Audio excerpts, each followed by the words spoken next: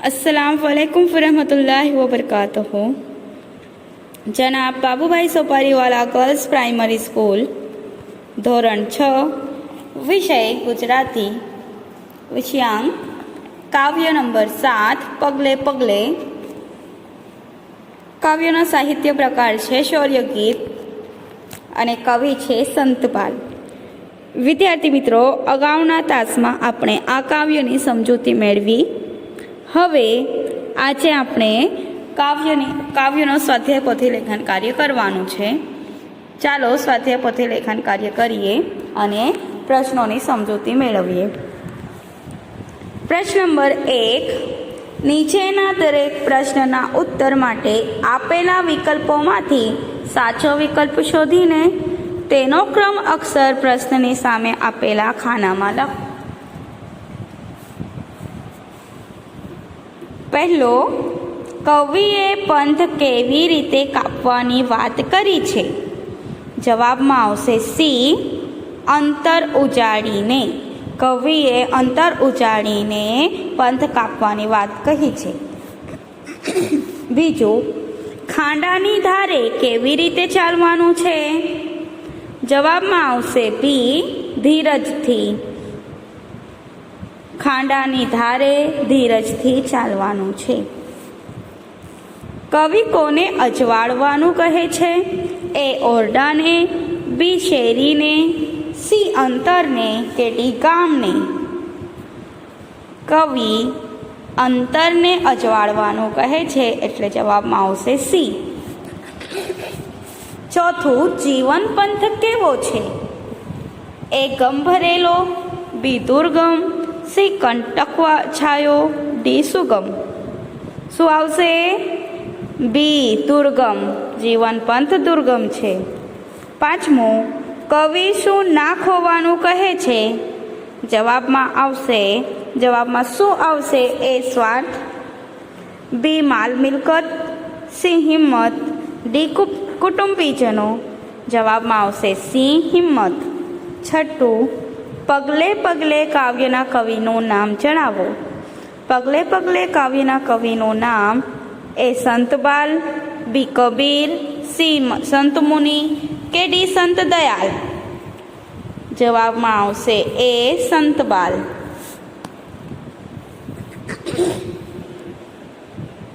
પ્રશ્ન નંબર 2, નીચેના પ્રશ્નોના ઉત્તર એક વાક્યમાં લખો। પહેલો પ્રશ્ન, કવિ પગલે પગલે શું પ્રગટાવવાનું કહે છે? જવાબ, કવિ પગલે પગલે પ્રેમભર્યા વ્યવહાર પ્રગટાવવાનું કહે છે। કવિ પગલે પગલે પ્રેમભર્યો વ્યવહાર પ્રગટાવવાનું કહે છે। બીજું, કવિએ વીરા સંબોધન કોને માટે કર્યું છે? જવાબ, કવિએ વીરા સંબોધન આપણા સૌને માટે કર્યું છે। ત્રીજું, કવિ સ્વાર્થ સામે જોવાની ના કેમ કહે છે? જવાબ, કવિ સ્વાર્થ સામે જોવાની ના કહે છે કારણ કે માણસે નિસ્વાર્થી બનીને જીવવું જોઈએ, અલ્પવિરામ, જેથી બીજાને શિસ્ત, શાંતિ અને સેવાનો બોધ મળી રહે। પ્રશ્ન નંબર 4, રસ્તે ચાલતા વચ્ચે શું શું આવે છે? જવાબ, રસ્તે ચાલતા વચ્ચે કાંટા, કાંકરા અને તડકામાં તપેલી રેતી આવે છે। પાંચમો, કવિ સૌને શું આપવા કહે છે? જવાબ,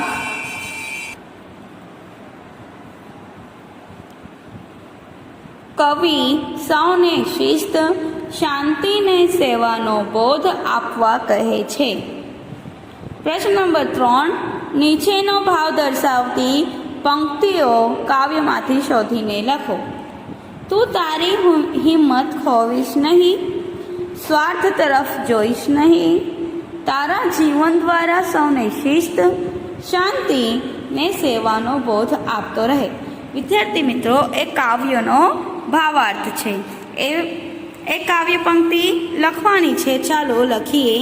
હિંમત તારી ખોતોના, સ્વાર્થ સામે જોતોના, શિસ્ત શાંતિની સેવાનો તું પાઠ સૌને આપીએ જા. પંક્તિ આવશે, લખો. હિંમત તારી ખોતોના, સ્વાર્થ સામે જોતોના, શિસ્ત શાંતિને સેવાનો તું પાઠ સૌને આપીએ જા. આગળ પ્રશ્ન નંબર 4, કાવ્યની ખૂટતી પંક્તિઓ લખો. કાવ્યની ખૂટતી પંક્તિ લખવાની છે. આપ્યું છે પગલે પગલે. એની આગળ પગલે પગલે સાવધ રહીને પ્રેમળા પ્રગટાવીએ જા, અંતરને અજવાળી વીરા, પંથ તારો કાપીએ જા, કાંટા આવે કંકર આવે, ધોમ ધખનથી રેતી આવે, ખાંડાની ધારે ને ધારે ધૈર્ય ધારી ચાલ્યો જા.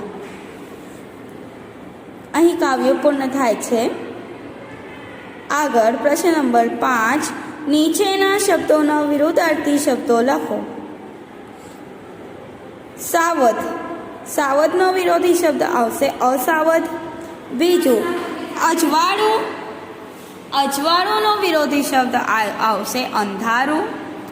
ત્રીજું પ્રેમ. પ્રેમનો વિરોધી શબ્દ ગુણા. ત્રીજું દુર્ગમ. દુર્ગમનો વિરોધી શબ્દ સુગમ. પાંચમું છે સ્વાર્થ. સ્વાર્થનો વિરોધી શબ્દ આવશે પરમાર્થ.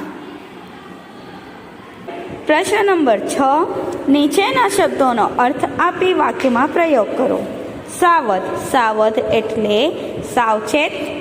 બીજું આવશે જાગ્રત. વાક્ય: સાદા સાવધ રહેનાર વ્યક્તિ જીવનમાં સુખી થાય છે. બીજું છે પંથ. પંથનો અર્થ થાય છે માર્ગ કે રસ્તો. વાક્યમાં પ્રયોગ કરવાનો છે. ચાલો વાક્ય લખીએ. પ્રેમનો પંથ અગ્નિની જ્વાળા જેવો છે. ત્રીજું છે સ્વાર્થ. સ્વાર્થનો અર્થ થાય છે પોતાનું હિત. વાક્ય: મોટા ભાગના લોકો સ્વાર્થનો જ વિચાર કરનારા હોય છે. ચોથું છે દુર્ગમ. દુર્ગમનો અર્થ છે મુશ્કેલ. વાક્ય: જંગલમાંથી પસાર થતો માર્ગ ઘણો દુર્ગમ હતો. પાંચમું શિસ્ત. શિસ્ત એટલે નિયમબદ્ધ વર્તન કે અનુશાસન. શિસ્ત એટલે નિયમબદ્ધ વર્તન, અનુશાસન. વાક્યમાં પ્રયોગ કરવાનું છે.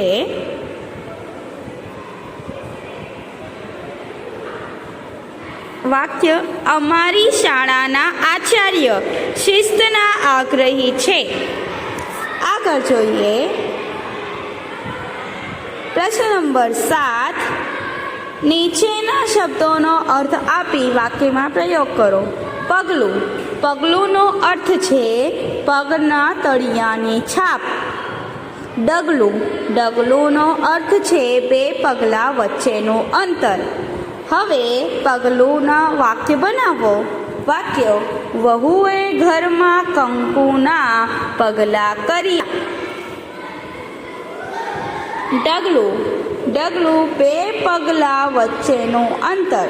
વાક્ય: ડગલું ભર્યું કે ના હટવું. ના હટવું. બીજું અંતર. અંતરનો અર્થ છે મન, અંતઃકરણ.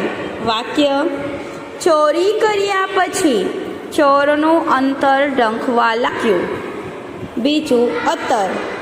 એક સુગંધીદાર પદાર્થ. વાક્યમાં પ્રયોગ કરવો છે. વાક્ય: ચોકમાં અત્તરની ઘણી દુકાનો છે. પ્રશ્ન નંબર 8, નીચેના રૂઢિપ્રયોગોનો અર્થ આપી વાક્યમાં પ્રયોગ કરો. પંથ કાપવો. રૂઢિપ્રયોગનો અર્થ છે રસ્તે આગળ વધવું. વાક્ય: ગાઢ જંગલ વચ્ચેથી પંથ કાપવો ઘણો મુશ્કેલ હોય છે. બીજું, ખાંડાની ધારે ચાલવું. અર્થ: ઘણા જ વિકટ માર્ગે ચાલવું, સાહસ ભરેલું કાર્ય કરવું. વાક્ય: એવરેસ્ટ પર પહોંચવાનું કામ ખાંડાની ધારે ચાલવા જેવું છે. ત્રીજું, હિંમત ખોવી. વાક્યનો અર્થ રૂઢિપ્રયોગનો અર્થ છે નિરાશ થવું, આશા છોડી દેવી. વાક્ય: ધંધામાં વારંવાર નિષ્ફળતા મળતા ધનપાલ શેઠ હિંમત ખોઈ બેઠા. પ્રશ્ન નંબર 9, નીચેની દરેક સંજ્ઞાનો પ્રકાર જણાવો. સંજ્ઞા આપેલી છે તેનું પ્રકાર જણાવવાનું છે. આગળ આપણે સંજ્ઞા અને તેના પ્રકારો શીખી ગયા છે. ઝાડ, એમાં કઈ સંજ્ઞા આવશે?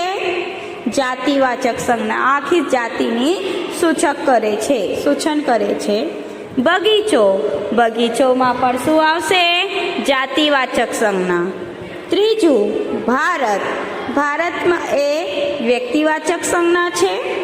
ચોથું છે સમાજ, સમાજમાં બધા લોકોનો સમાવેશ થાય છે, તેથી સમાજ એ સમૂહવાચક સંજ્ઞા. ફરજ, ફરજ એ ભાવવાચક સંજ્ઞામાં આવશે. છઠ્ઠું છે રમત, રમત એ જાતિવાચક સંજ્ઞા. વિદ્યાર્થી મિત્રો, અહીં આપણો આ કાવ્ય પગલે પગલેનો સ્વાધ્યાય પોથી લેખન કાર્ય પૂર્ણ થાય છે. તમારે તમારી સ્વાધ્યાય પોથીમાં આ લખવાનું રહેશે. અલ્લાહ હાફિઝ.